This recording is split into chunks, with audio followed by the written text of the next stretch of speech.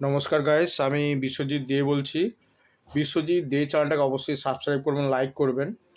তো আজকে যে ভিডিওটা বানাচ্ছি সেটা হচ্ছে যে আমরা ছোটোবেলায় মানে ছোটোবেলায় যখন জন্মেছিলাম, ঠিক আছে, যখন 2-3 বছর ছিলাম, খুব ছোটোবেলা আমার যে এখনও মনে পড়ছে, শক্তিমান তখন দেখতাম, ঠিক আছে। প্রচুর শক্তিমান দেখা নেশা ছিল, ঠিক আছে। 12টা হলেই শক্তিমান দেখতাম। তারপরে হচ্ছে সিনেমা দেখতাম, খেলা দেখতাম, ঠিক আছে। তো বাচ্চা সময়টা আমি খুব মিস করি, ঠিক আছে। তো এগুলো দেখতাম, খেলাটা খুব ভালো লাগতো। সৌরভ গাঙ্গুলি তখন দেখতাম, ঠিক আছে, ছোটোবেলায় ওদেরকে দেখতাম, ঠিক আছে। তো এখন এখন তো হুম,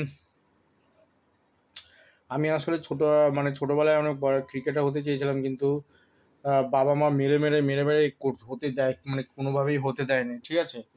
তো এটা একটা দুঃখ হয়ে গেল, ঠিক আছে, দুঃখ রয়ে গেল।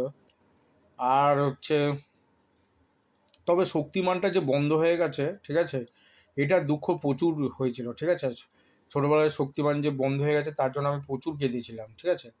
তো শক্তিমান উম, শক্তিমানের মতো প্রজেক্ট এখন নতুন নেওয়া দরকার, ঠিক আছে। শক্তিমান কেন খুবই ভালো একটা সিরিয়ালের মতো ছিল বাচ্চাদের জন্য।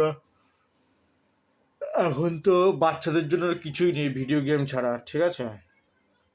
তো বাচ্চাদের গল্প গল্প খুব ভাল লাগতে, ঠিক আছে, তখনকার গল্প খুব ভাল লাগতো, ঠিক আছে।